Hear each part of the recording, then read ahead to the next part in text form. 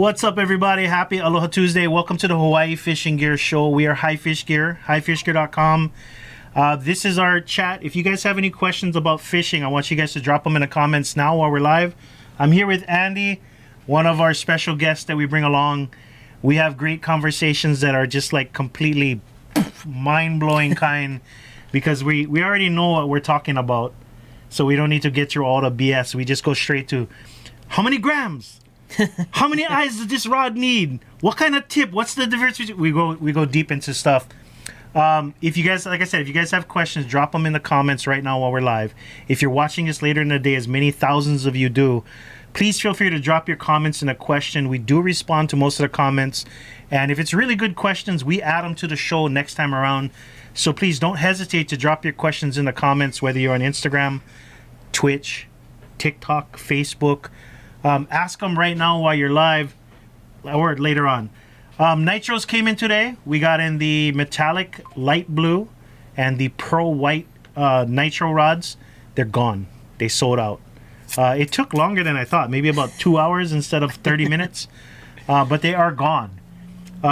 There are other shops that might have some in stock, so please blow up their phones. We're done. We don't have any more. But let's talk about something we do have on the website. In effort to try to bring you guys some budget lures, we brought in this one right here. This is now available on the front page of our website with really sticky hooks. Wants to grab onto my mouse pad. These are, let's go, 4 inches, 17.5 grams, and I did the math for you. That is 0.6 ounces, so just a little bit above half an ounce. Oh, almost caught my finger. Let me make sure I can see the comments on YouTube over here. We were just talking before we started the live. I wanted to ask Andy's opinion on how you would run this. He says he never ran this style of lure, and I haven't even got a chance to cast these yet. But they're meant to be floating lures, and they talk about the walk the dog. Now, I don't know if I was ever doing a walk the dog proper. When I tried to walk the dog before, and with a certain lure that was specifically for walk the dog, for me, it went like this. Yeah, it's supposed to dart one way. Basically just back and forth. But it's supposed to be parallel in a while, like flat with the surface, or nose a little bit up. It'll probably sit like this and yeah, not moving. But once you start moving, it'll come down a little bit. It'll come up almost parallel to the surface. And you're just going along the surface, little back and forth. Because the ball is more like a casting assist and a rattle. So when you start working it, most lures will come almost parallel to the surface, and you're going back. And it does have a little belly weight, so that might actually help it stay more parallel. Yeah. But these are $7. $7. They're 0.6 ounces. They come with nice papio hooks, very sticky. They're grabbing everything. We have a whole bunch of different colors. I think there's a total of 8 total colors. All of them are really good. They got nice little holographic sides where they flash, and they got nice little color spreads. A lot of them have black. Which one's the one you're digging the most? Probably these 3. Those 3? Yeah. The dark. So it's the amber. That's more like a sardine. So that's like the standard little metallic. Pink. You like pink a lot, huh? Yep. Your go-to. Pink. Pink. That's got a little yellow. This is gold and black. I like gold ones because down this side, brackish water kind of action. But there's a bunch of different colors. This one I really like. If I'm ever on a kayak, I kind of like that color, that little macro color. It's a very bright, great vibrant colors, a little bit of flash, great casting assist. 0.6 of an ounce. If you have a rod that's probably half ounce to 1 ounce, you're going to be pretty cherry on that one. This one kind of looks like a mullet, I guess. Closest to a mullet. Got a little pattern to it. Yeah. Little black. Gold head, pearl white back. Yeah. Great color spreads, saltwater hooks, good to go. And then we also added these to the website. You're not going to find these on the front page of the website, but they are in there. Not everybody likes them, but these are little micro jigs. I don't know if you guys can even see that on YouTube. I don't think I have the paperwork on them, but they're... Let me check it out. I had them on my phone. So unprepared. They're tiny. They are tiny, bro. They're 2.8 grams. Little micro jigs. You said might helicopter if you try to cast them behind a big bubble? It might. It's like 1.5 inches. They're very small little micro jigs. Some of you guys like bombing these out on your ultralight rods, especially if you're in a harbor. Behind the big bubble works with that micro jig. Oh, that's what you're saying. Wallace says it will work. I haven't tried it yet, but I've been meaning to. I like this one right here. A little bit of. I think it more depends on how long your leader is. True. Would you go a shorter leader? Probably the shorter you get less helicopter. Because you're gonna get that big pop with the bubble. Yeah. And then a little dive and a little squirm behind it. But it's gonna be pretty cool. If you wanted to stop I think it'll less chance of a helicopter if it's a shorter leader. The longer it is, I think you can get more helicopter, because it's also gonna wind up going up the main line too. But if you guys don't know what I'm talking about with a helicopter, is when you're trying to cast, like when weight in the front and when lure something heavy in the background. Sometimes when you're casting the bigger grubs, it happens a lot, because what happens is when you get that cast and you have the chaos of a cast into the wind or something, you get the lure and the bubble or the lead just kind of doing like a little dance as it hits the water. And when you bring it in, you're wondering why isn't that lure swimming right? Because you have a knotted line or a twisted line all mixed up.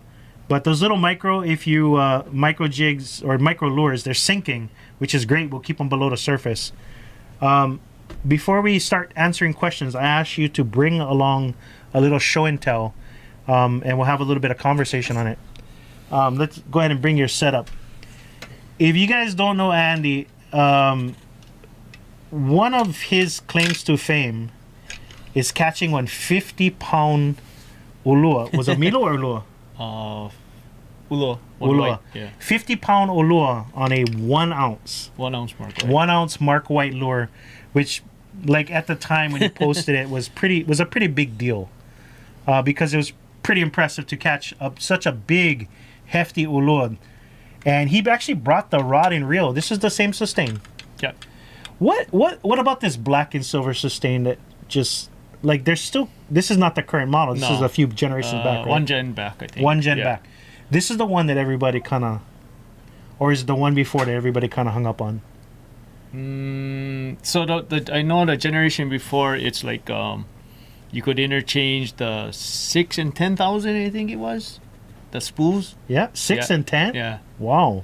And then this generation, 4s and 5s. Yeah, I think so. 4s and 5s. But I mean, I've always ran. I don't think this is the. Yeah. This is not the current. The current one is like black and gold, I think. Okay. Yeah. Well, sustain. How would you classify a sustain? We call it like the poor man's twin power. I guess so. It's like one step below the twin power. And the rich man's Stratic. I guess so. But I mean, like, it depends on what you want. Like. Gotcha. Why did you go with the sustain over the Stratic? I've had bad luck with Stratics. What was your bad luck? They either break or I get real maintenance issues with the Stratics. I got you. You kind of rough it. I don't know what it is. I don't know if it's the sustain is just built better with seals. I'm not sure. I haven't run a Stratic. You guys got to keep in mind FJ. I think that's the last one, or FI. FJ or FI. Yeah. FJ is the pearl white with the gold spool. Yeah. But sustains are usually saltwater rated, huh? I don't know if they're saltwater rated, but it's held up pretty good. Strong, yeah. And this is the one that you actually caught the 50 on. Yeah. What pound test were you running at the time? So it's PE2 YGK, so it's basically like 20-pound braid. 20-pound braid? Maybe, I think it's rated to like 35. And I think you had this conversation last time. When you're casting a 1 ounce lure and you're in Ulua or big Papio territory, a 1 ounce lure, what are you running as your leader? 50 pound. 50 pound. 50 pound mono. Yeah. What was the tie off? Uni to uni. No, well, I know the leader in the how'd you tie off to the lure? Oh, so it was a small ball bearing swivel and a Wolverine split ring. So that's the triple coil one, the one. So you're tied off to the swivel. The split ring goes on the lure and the end of the other side of the. On the swivel. Yeah. So swivels, guys, that's a great way. Do you use that because you interchange, or? I use the Wolverine split rings because I can take it off with my finger. Really? It's easy to get in and out, but it does. Yeah, you just use your nail and you can pop it through. Big fat size. No, it's not fat. Small. It's a thinner gauge, but it has 3 coils instead of just 2. All right. Well, but I've never bent it. But that's what Mark White uses on his lures. Okay. So when in Rome, right? Must work. All right. So this is a custom rod that you put together yourself, yeah? Yeah, it's a Talon B131. It's 11.6 and rated to 1 to 3 ounces. this isn't the same rod that I have, but you cut off 1 inch, huh? No. So the funny thing is, I got myself a 12-foot Talon. That's a BCY And 38, I think. I was so happy to have it. And then you just took on big doo-doo all over my parade.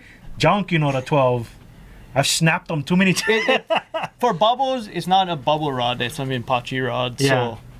So, I know a couple guys that have broken it throwing bubbles. I got you. This is your bubble rod. Yeah, so I built it to throw bubbles and Mark White lures. What's the lure rating? 1 to 3 ounces. So 1 to 3. I throw one and 2 ounce Mark Whites, and I can throw it decent. Decent. Yeah. You said 1 to 2? 1 to 3? 1 to 3 ounces. 1 to 3 is the spread. Yeah. So 1 ounce, no problem. Yeah. I've even thrown like 3/4 ounce on it. Really? No Still get good action? Yeah. Mean. So this is a Talon. Is it actually 11.6 or did you cut It's it? 11.6, no. 11.6. They built it to Rated up to 3 11.6. ounces. Yeah. And what's the spacing on the bottom of the butt to I think here? it's 18 or 20 18. inches. And you grip Yeah. the bottom when you cast every Yeah. time. Yeah. Thank you, man. I appreciate that. Bringing it in. Yeah. Double foot guides all the way up. Yeah. Because I Mm. built it for a, dual purpose. Just trying to. When I bring guests, I'm gonna try to ask them to bring one of their favorite setups, just so we can have conversation about it. These conversations, they fill in the blanks for a lot of people that are out there listening to. All right, let's go ahead and check out some questions. We're gonna scroll through all of Instagram here in just a moment, but let's pay a little credit to TikTok over here. Brega says, ever fished in Maui? I have not fished in Maui. No, I haven't No, fished in both Maui. of us know. All right, let's see. What other questions? What reel are you talking about? That was a Shimano Sustain 5,000. 5000 from the previous generation. There's a current model. It's the previous model. And then Rusty says, aloha from Vegas. Aloha from Ewa Beach, How's it, Hawaii. brother? All right, there's a good question over here on YouTube. What is the etiquette of you posting up to the spot at 5:30 a.m. to whip, but then guys come in 2 hours later and just start setting up dunking poles 2 feet from where you're casting into the school? I don't know. Like, I kind of gotta say that, it's first come, first serve. If you're whipping, you're mobile. If you're dunking that spot and the guys roll up, that's rude. But if they come up to you, if I saw some guy whipping one school, number one, I wouldn't necessarily approach. I would walk up to say, hey, how's it going? Are they biting? Get some intel from the guy. Most people are pretty cool about sharing. I haven't really run into the kind stuck up people, but and I would ask them, hey, you know what? Is it okay if I dunk off to the side? Proper etiquette, if you're approaching somebody who's whipping a school, I would probably ask if it's okay if I dunk off to the side. I wouldn't dunk directly in the school. Yeah. That's just bad etiquette, I guess. But I'm not sure really what your questions is. It is rude of them to start setting up and casting right into the school. I'm assuming that he's probably talking about North Shore. Did you think that too?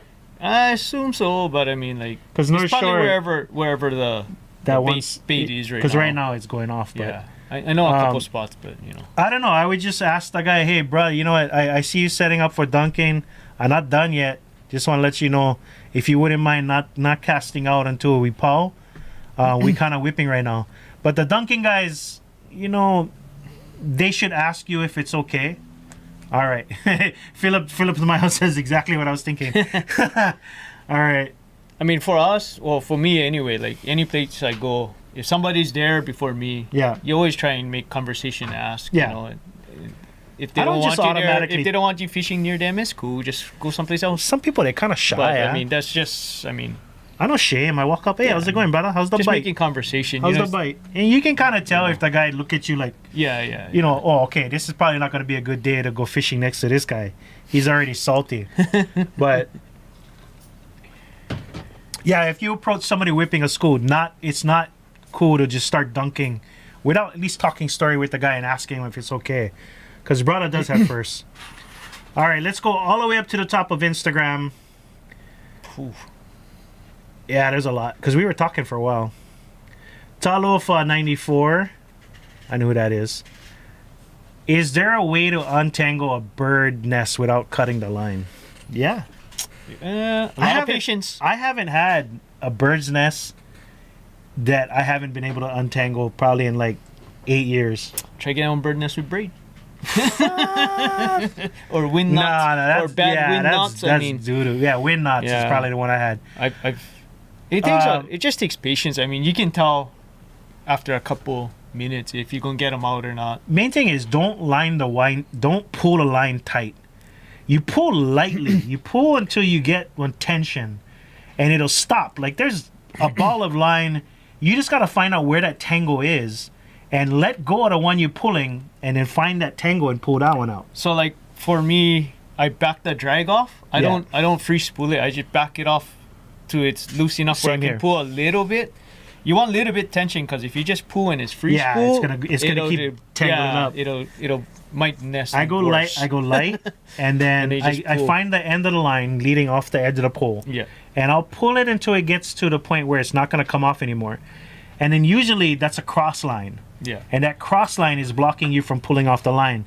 Then I'll grab the cross line and kind of pull that out while not letting go of this, and I'll kind of wait until this is loose, and then I'll try pulling that. Yeah. And then I'll find the next tangle, the cross line. I mean, it's just about trying to pull the loops and see which one will come out, and then you just pull and you pull the loops. And you just gotta accept the fact you in bird's nest, brother. You gotta go sit down on a rock. Time out. Yeah. There's no quick fix, bro. And don't cut line. Have some patience. Waste money.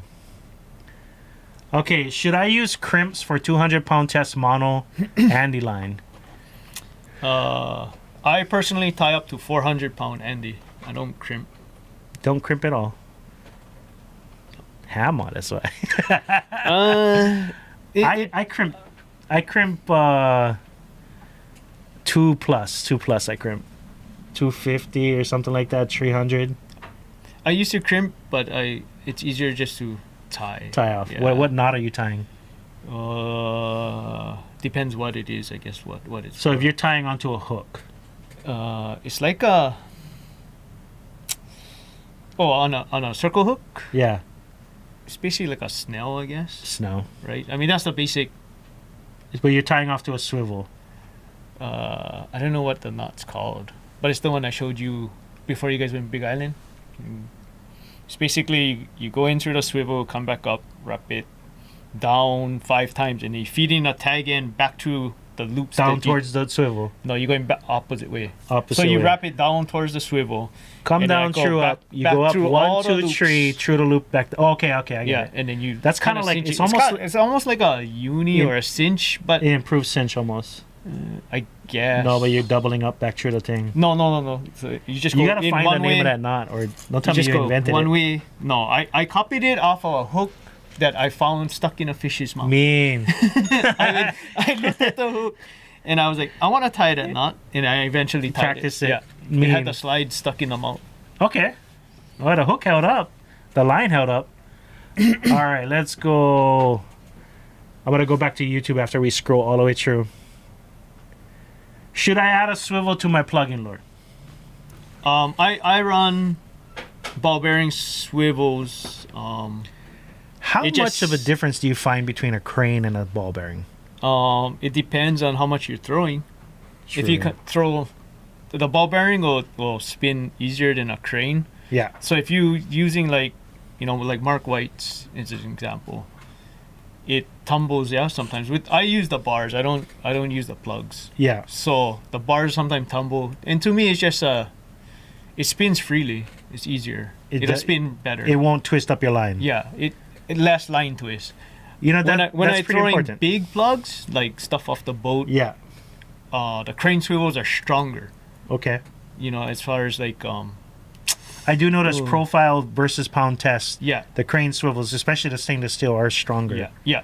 And that's what I think I use on the boat is all stainless. Stainless. The bigger stuff for crane poppers. Oh, crane. Okay, when you're going for Olu and stuff off the boat. Big poppers. Yeah. I get you. So the answer to that is you should, but preferably ball bearing. Yeah. Walk the dog. Here we go. Slow retrieve and small twitches. That's what you were just showing me right now. Yeah. It's slow. So just twitch, rod tip down, twitch with a little bit of slack, and just the faster you go, you're probably going to get Oh, and real quick follow up. On your lure, put a little split ring on the end of it. Make sure it's matching the pound test of your swivel. So if you have a 60-pound swivel, try to get like a 60-pound split ring. Put the split ring on the lure. Put the swivel on the lure. Tie off to the swivel.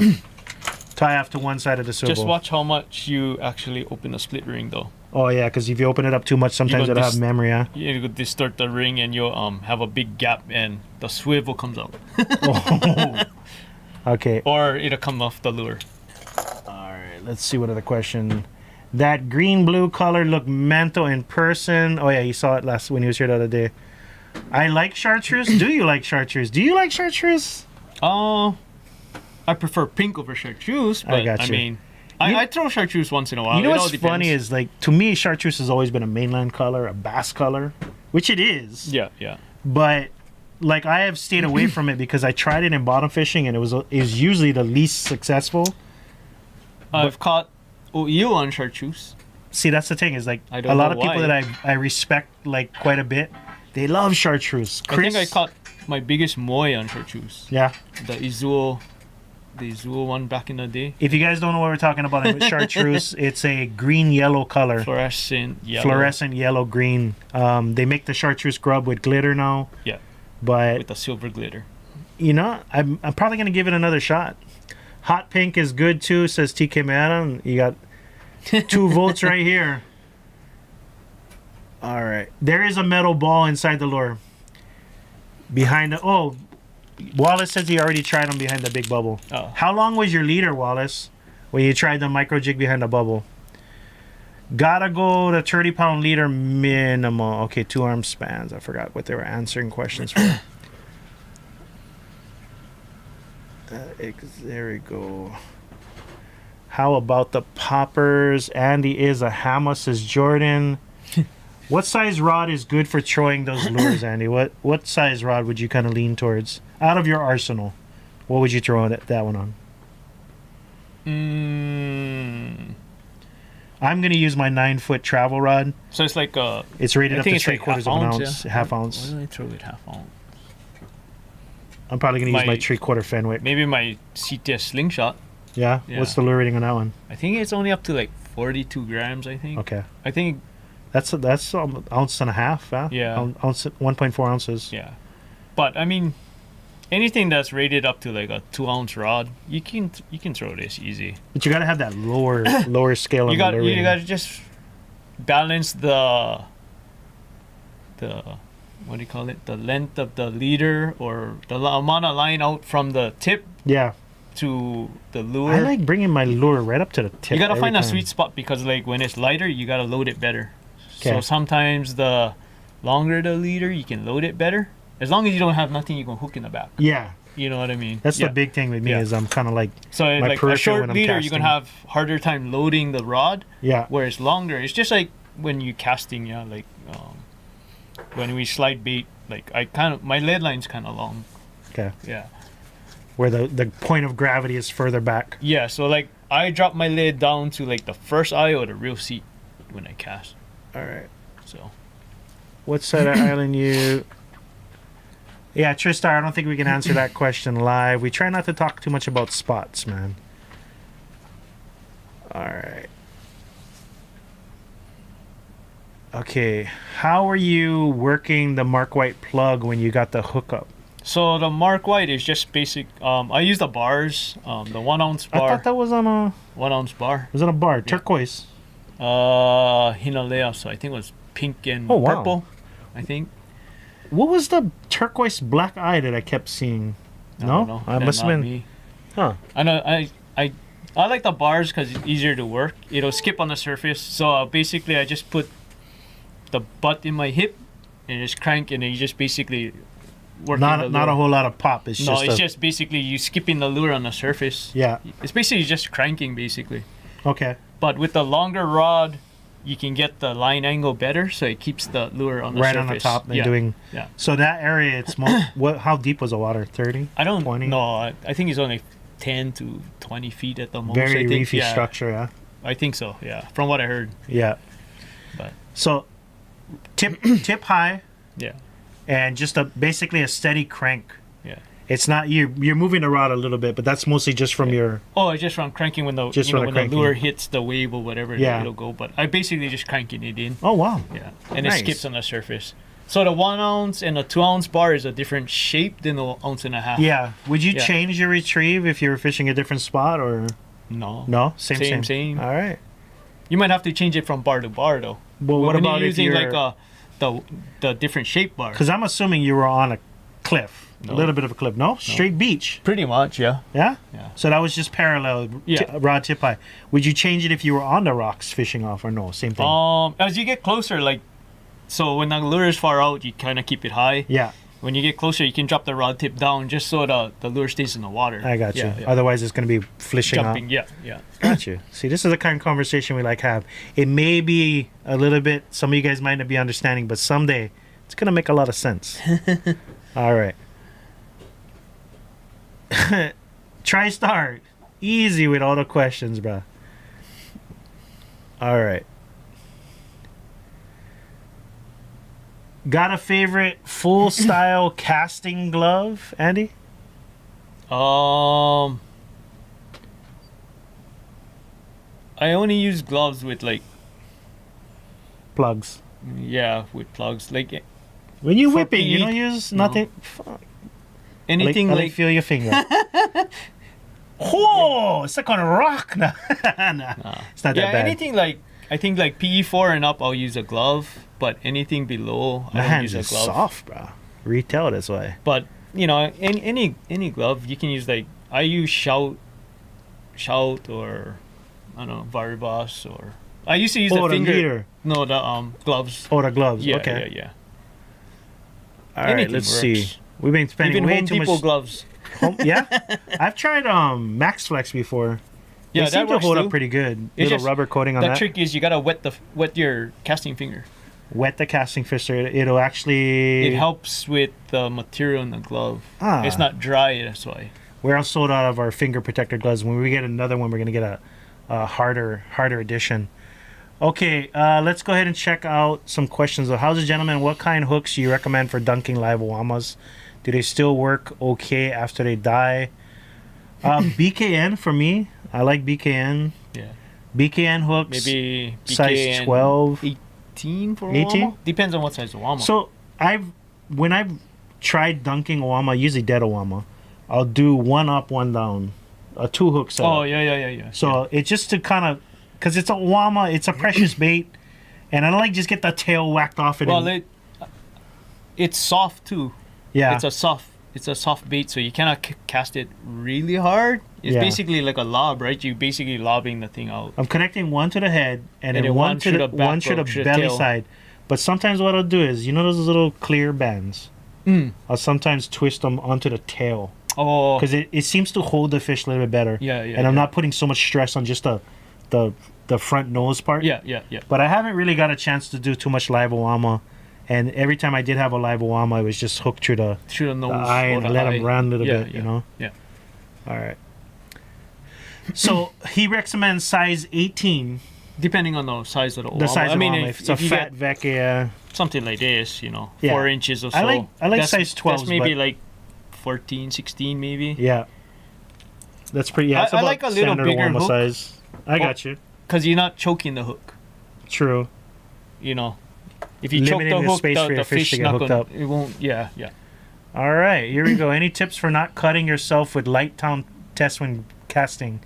I've been whipping with 15-pound braid and I keep getting nasty cuts on my right index finger. Let's talk about that, because that is kind of an issue, and I've been running into it. Like I have to hold back a little bit when I'm casting without the glove. I like the glove because I can just go for it, Like I can just kind of give it all, with no worries about cutting my finger. It's just basic. After a while, you get technique, I guess, and you find that spot. It all depends on rods too, how it loads and how you're throwing. But you're gonna find that spot when to let go. Yeah, I was using the 9.6 medium heavy, and that's rated up to 80 grams. So, and I was casting a 1.75, and I was trying to give them, and I ripped through my glove. Oh, I've done that before. Yeah. But you kind of like, I've cut through like the finger protector gloves before, but it's just like I would hang up casting. Or that's something, you know, like something, no or throwing too hard and I let go too late and then the braid just will cut. But it's just finding that sweet spot where to let it go. That is kind of, you got to figure out your own mechanics, I guess. Yeah. And how you cast is a big part of. So figure out your mechanics. Try to maybe let go a little sooner. You gotta like let go. You gotta load it up, and then you gotta figure out where to let go where it's not giving you issues. But if you're having issues like that, highly recommend grabbing yourself some kind of glove. I've gone through a bunch of different ones. The Maxiflex are great price. Our finger protector gloves are great, but they kind of cut off at like 20-pound test. Okay. Thank you.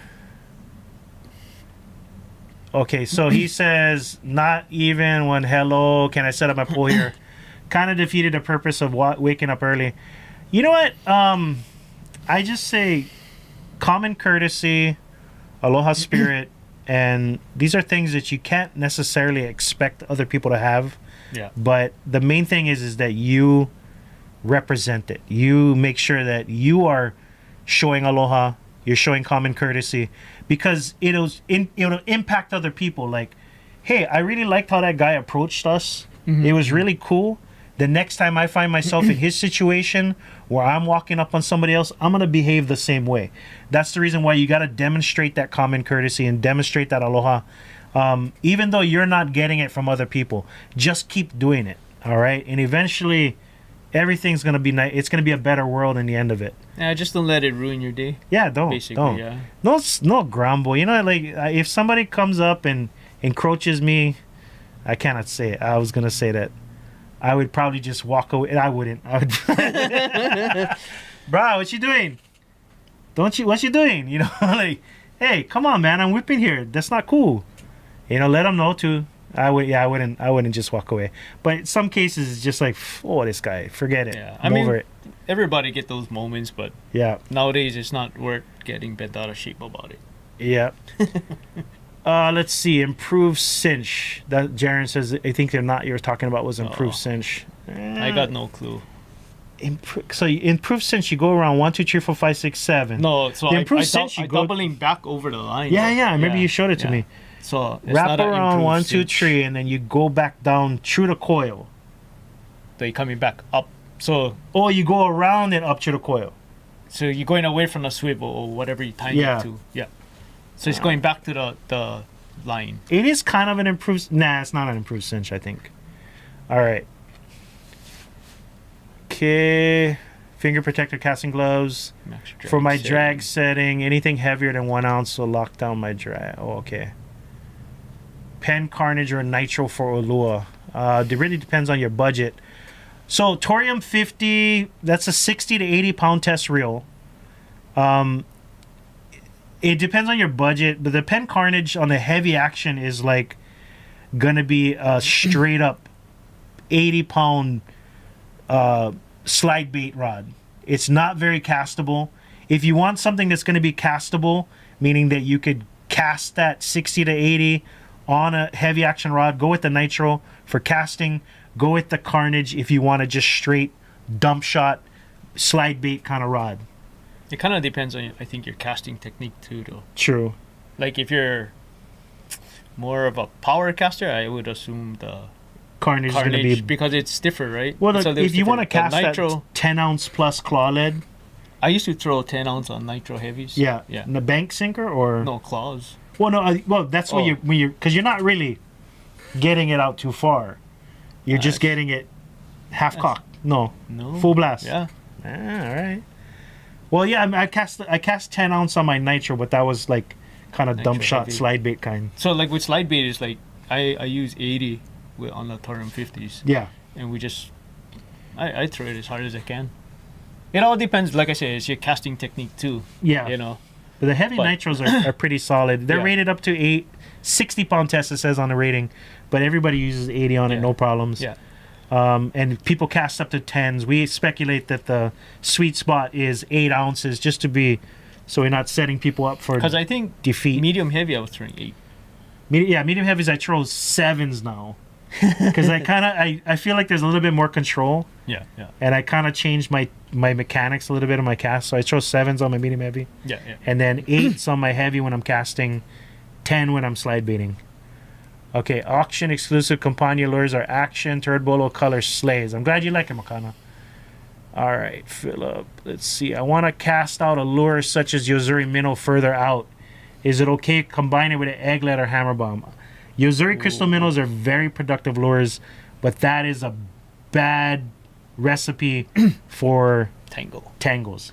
Now, one thing I want to mention is that I saw a float from Texas.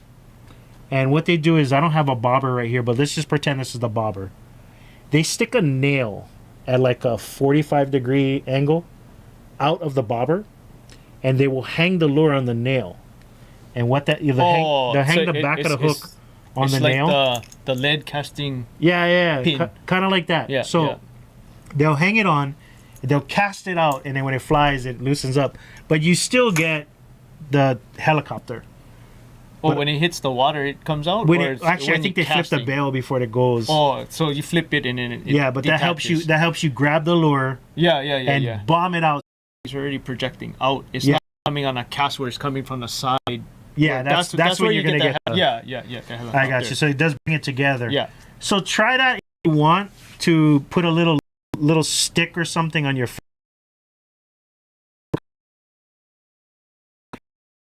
nail. Curly tails, depending color this guy colors. That's kind of a tails. I go with the water, dirty water, dark grub, clear water, clear grub. Pretty much, yeah. That's kind of a great way to start. Colors, not 100%, but really the profile, like I said, dirty water, darker profile, clean water, clear profile. Dirty water, I use like motor oil, motorhead, or whatever. Something. And then clear is like diamond or purple obake or something. Yeah, the opie red, clear and red. Jaren says translucent for sunny days and darker for overcast is okay. Pretty much. Is a 9-foot rod too? Oh, we cannot talk about that, Philip. We cannot mention one spot in particular. But is a 9-foot rod too long for a kule? Depends on the action of the rod. True. It's not the rod; it's the action of the rod. Are you going to be able to throw it? What is it rated at? If it's rated to half an ounce, that's the thing with a kule rods that I notice. You gotta have like a little bit of stiffness because you need that little jig. So I think they're more fast taper rods. Yeah, it's all in the tip. Yeah, it all depends on what the rod though. You can have a 9-foot. Right there, you want to try not too noodly. Yeah. Because this way you can have that more instant reaction to the twitch that you're making on your rod. Because if it's just too noodly, you're gonna get like, as opposed to, that you're trying to bring it along. We'll take one more on YouTube. What's your favorite color, curly tails? Go ahead. 2 favorites. Ooh. I think it's like motor oil, basically, and like opie. Opie is a clear and red glitter. Clear and red, and in the motor oil, you're talking about like a doodle brown with what glitter? Doesn't really matter. No. Red and green, I think. Red and green. Yeah. My 2 favorites, Revolver and Abalone. I just like the inclusions on that quite a bit. Let's go ahead and check out the questions over here on TikTok real quick. Thoughts on the Miraval? Miraval was kind of like nothing special. It was a heavier, almost like a full metal reel. It had a lot of weight to it. It seemed more sturdy than some of the reels that came out, but kind of like that, where it's just kind of like there was nothing overly special about it. It's probably a good entry reel.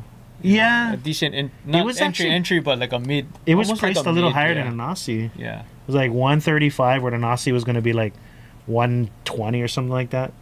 But I think it was because it was more of a metal reel. It had a little bit of beef to it. Than the carbon or the CI4. Yeah. So, we didn't like it. We brought it in. They got dusty on the shelf. so we stopped bringing it out. And then Nasi, somebody asked, what's your thoughts on a Nasi? Nasi is kind of like in between a Stratic and a Sedona. But Nasis are decent reels. They're kind of like last generation Stratics. It's like they use the same molds from two generations generations back. So it's kind of like you're getting like a old model Stratic for the price of a Nasi, and you don't have as many bearings from what I understand. Okay, and let's check out the Instagram because we're already at, holy, 40 minutes, bro. All right, that's it. We got to cut it off right now. I didn't mean to keep it this long. If you guys watched the entire 40 minutes, which I know some of you guys did, I please ask you, just take a moment and leave a like on the video. Thank you, brother. I appreciate it. Anytime. All right, man. Awesome. Make sure you guys leave a like, and if you do have some questions, drop them in the comments. Aloha.